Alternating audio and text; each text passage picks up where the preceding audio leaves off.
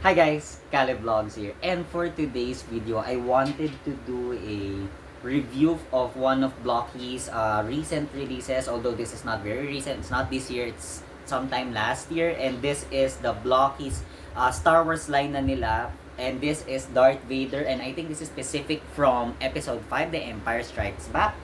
And ayan na siya. Ito yung box niya. And of course, I've already built it.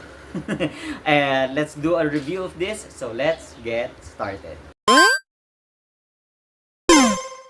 Okay, so as you can see, the figure is already built kasi just to share with you guys a quick insight on how I got this. So, nung lumabas siya around last year, I think it was already the last quarter of 2025 nung lumabas, my girlfriend gifted this for me nung Christmas. So again, Angel, thank you so much for giving this as a gift for me nung Christmas. I really appreciated it. And I do have to say, guys, I'm very much happy that Blokees has now also entered the Star Wars, or at least nakakuha na sila ng rights to produce Star Wars related figures. Kasi hindi lang naman sa Blokees na champion class nila sila gumawa. Meron na din sila for the Defender line, and it's in the Mandalorian, and they're already in the works of releasing other more characters. As far as I know, they've already released yung si Luke tsaka si Han in Stormtrooper disguise outfits.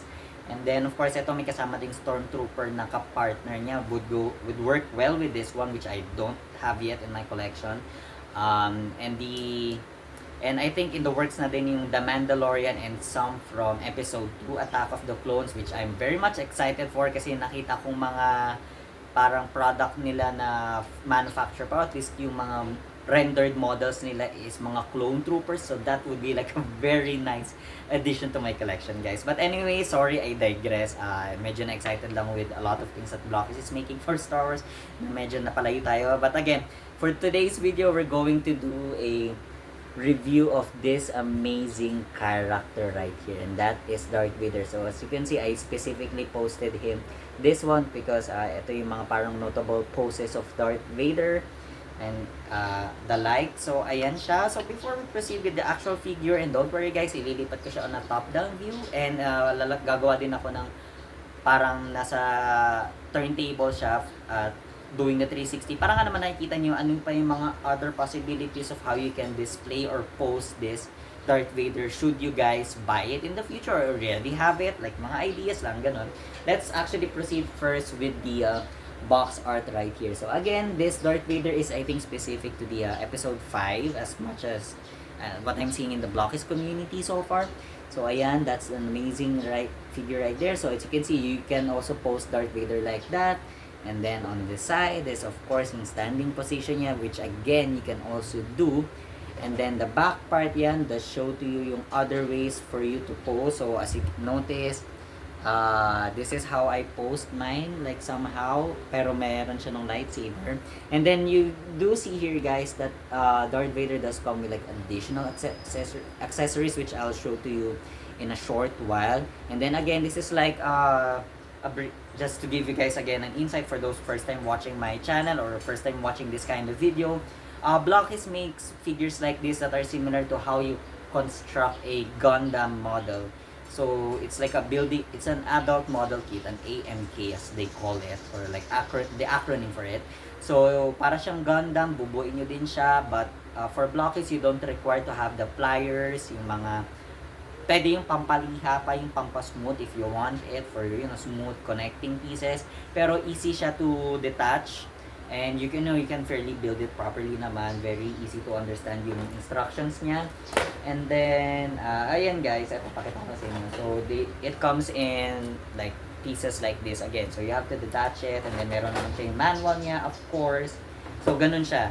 So again, it's just for the viewers out there who are first time seeing my channel or first time watching a Blokees related video on my channel. So ayan, so that's what Blokees does. And ayun again nga, adult model kit siya. So we have here the Darth Vader. So ayan, don't worry guys, ililipat ka na rin in the top down channel, in top down view in a short while, but just to show to you again one more time in close up yung figure. So that's Darth Vader right there, and it's nice na it does come with a plaque, which most characters don't have. So, ayan siya. So, again, that's pretty nice. And sorry for the noise that you heard. May dumaan lang ng motorcycle. So, ayan siya in all of its glory. So, ayan. Showing to you the back part. Sorry if medyo may nakikita kayo parang alikabok to kasi naka-display siya sa labas ng acrylic. It's on my shelf. Kaya nakaka-garner siya ng alikabok. So, ayan. That's the figure right there. And let me just change my camera angle guys on a top-down view. Para nga naman mas mapakita ko sa inyo close up. And better nyong makita si Darth Vader. So, give me guys just a quick second. Okay guys, so as you can see, naka-arrange na tayo ng top-down view. And again, I do apologize if you're still seeing this up to this point. Kasi hindi pa rin ako nakapagbili ng clamp type na phone holder para at least kapag ginagawa ko yung mga gantong views is maalis ko na to. But don't worry guys, sometime this month or next month, bibili na ako nung clamp type na tripod or well not tripod, it's like a clamp holder yung kinakabit na lang sa lamesa para at least hindi nyo na to nakikita, hindi siya nakaka-obstruct ng view. But again, really apologize for that. But anyways, let's actually start na with, showing to you the actual figure itself. So ayan, let's put Darth Vader somewhere there. And then, let me just show to you muna guys quickly yung parang display stand niya. So, ayan siya. Do apologize that little dumi. Hindi ko pa naalisin. Kasi nga, again, this is displayed outside the shelf. So, if you guys notice, this actually does spin. So, that's actually a nice feature that Blokees does for the Star Wars display. Now, the reason why they do that is para at least if you want to like angle out si Darth Vader in a way, pwede nyo siyang gawin. At least, you get to display however you wish on your shelf. Then, ganyan yung itsura niya from the bottom. So, ayan yung niya. And then, there's a nice thing for having the Star Wars logo there. Para at least alam mong you're buying a Star Wars character. So, ayan. Lagay ko na lang siya siguro ng paganyan. And then, eto na si Darth Vader actually. So, ayan. This is the close-up. And then, if you will be noticing, kaya siya may parang gantong piece right here. Ito, may peg siya kasi you have to put it there. Pero, don't worry guys, if kunwari gusto niyo siyang ilaro, ilabas, or hindi nakapatong sa display stand niya, pwede niyo siyang tanggalin kasi merong replaceable piece to. I'm not sure if I have it here beside me. I think I left it in the bag. Pero pwede niyo siyang palitan ng maging ganto din para flat. Ayan, so just letting you guys know on how you can at least display. So, ayan muna siya. Before that, eto, pakita ko lang din pala sa inyo to. So, this is the other replaceable piece that you can use. So, pwede mong tanggalin tong pula na to. Actually, I forgot how to remove this. Ayan. Pwede nyong tanggalin yung red piece na to. And then, you can replace it with this one. So, this is like a swooshing piece, you could say. Para at least makita nyo nagsuswoosh yung lightsaber niya. Parang mayroong saber action. So, you could do it somehow like that. So, you could say na he's like going to attack. Kaya, ganyan yung itsura niya. Ako personally, I don't find it very amusing. But, there are some who really find it cool nga naman. I guess, may kanya-kanyang niche tayo. I just find it a little bit odd na ganyan siya. But again, it's like it's an accessory piece. Again, it's for added effects. Pero ako mas prefer ko yung naka single straight lang siya. And then, Darth Vader does come with like several hand pieces. So, just like a couple of them talaga, guys. So, I think I have here a total of 1, 2. That's for this hand right here. For that. And you also have this. You can have that hand. And then you have this hand again. Dito pala yan. Yep. And then another closed fist for this side. So those are the hands that you have, like additional handpiece accessories that you can use. So the reason bakit siya ganyan is because you can replace itong mga pieces na to. So you can have Darth Vader, remove yung kanyang hand. Ito kasi this is actually one whole piece. Yung hawak niya yung lightsaber, so that's why you have to remove that. Then let's say you want to use this hand.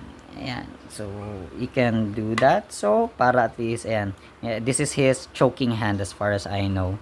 So you can do that. And then of course, you can also replace the other hand perhaps with just like an open hand, you could say. Oh, nasasama yung mga joint. So be careful guys that when you remove this, make sure na ito is like still attached to the like yung kanyang forearm area kasi this is supposed to be staying there but I don't know bakit siya sumama sa hand. Okay. So ayan, I just had to detach it, reattach it here, and then let's say you want just the again the open hand. So you can do it just like that. So as you can see, meron nakaano na siya, wala na siyang hawak, and then you can perhaps do that. And then ayan, so he is in his like he's choking someone pose. So again, it's nice naman that Blokees included several hands that you can replace with. But ako, syempre, I would want that best features yung pose na meron siya is to have yung, of course, yung kanyang lightsaber on his hand. So unfortunately, this is only at one side. So that's the downside to this one. You can only have the one with the lightsaber hand on this is the right sa right niya, you can put it sa left. So that is the downside for this one. And again, this is like a whole piece and it does kind of look weird nga lang naman na parang sobrang laki ng lightsaber sa kanya, but you know, it's not really something that you can always complain about. I mean, it still does look nice naman at the end of the day. So ayan siya. And then I think I can remove this hand. Oops, sumama na naman yung joint. Okay. So, let me just reattach it here sa parang pointing hand niya. And then, let's put it there para at least, ayan. Nandun siya sa parang pointing finger niya. So, I can have Darth Vader do that. And then, siguro, ganyan. So, again, you can also pose him just like that. Ayan. So, there's actually like many ways on how you want to pose Darth Vader. And, eto pala, just an added thing, this is not made of cloth, so this is rubber, so that is kind of yung pangit lang dito kasi ayun nga, ganito lang yung piece niya, it's just like a whole piece instead of cloth. I mean, it would have been nice if they used a cloth for this one, similar to the Black Series na action figure na Darth Vader, but again, it still does look cool na parang pag display mo siya, may cape action siya in a way na yun yung wala usually kapag cloth yung gamit mo kasi at least ito may parang cape action siya and even yung parang palda niya behind it, so it does still look nice. And then taking a look at the overall figure naman, he does really look nice. I love the helmet design. I really like this one. So unfortunately there's no face behind it while during the build process, so as you can see there's no face there, it's like just one whole thing, but again it really does look nice. It captures yung what Darth Vader actually looks like in the movies. Even the design elements here, it's very nice, pretty slick.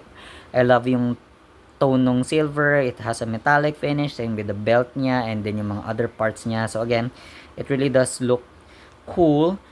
Joint wise, so you can, as you can see, the head, because of the cape, medyo nalilimit yung tilting ng head niya, but he does have good forward and backward. You can, you know, it has 360, pwede mong gawin, but you don't do usually 360 for this kind of thing. And then meron siya yung ab crunch niya, so that's a nice feature. Sa arms, you can do like a full 90 degrees, and then ito medyo na, I think medyo naaangat baba siya in a way.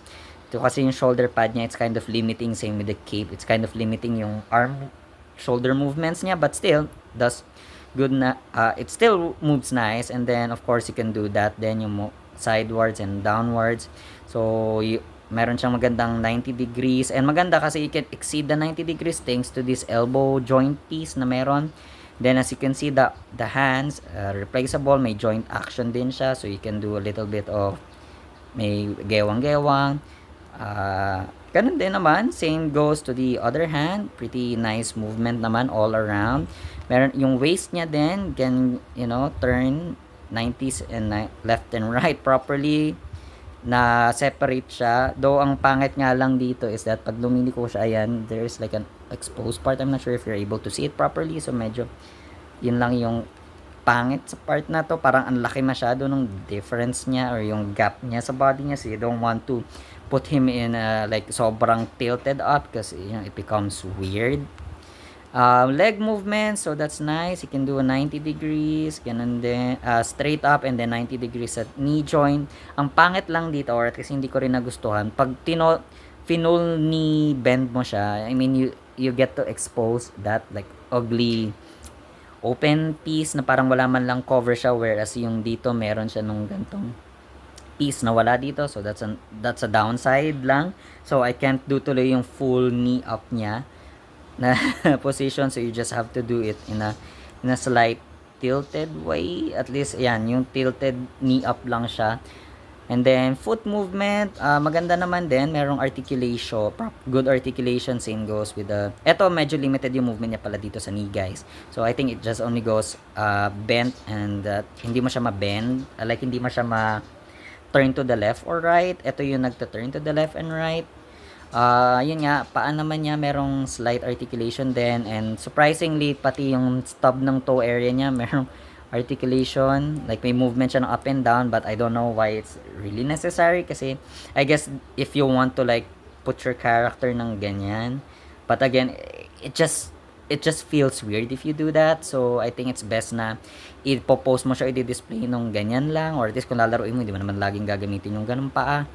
But anyways, ayan siya all around. So that is Darth Vader in its entirety talaga. So I hope naman na appreciate nyo yung gantong view and further in-depth discussion about the figure. So next part na ng video natin is to put him on the turntable para nga naman makita nyo guys ano pa yung mga ways na pwede nyo siyang i-display. And I hope you guys enjoy the next segment.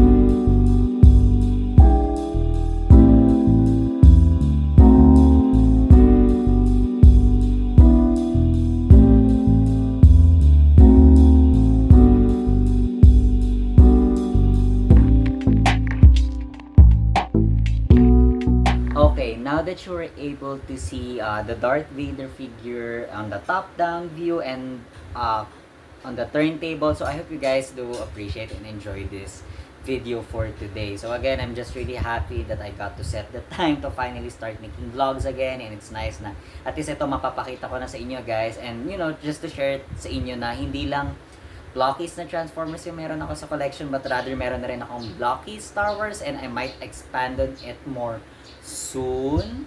Not sure kung ano kukuha natin, pero we'll let you know on that. Kasi just to give you guys an insight, marami na rin ginagawa si Blokees talaga. Hindi lang Transformers and Star Wars. Meron na rin silang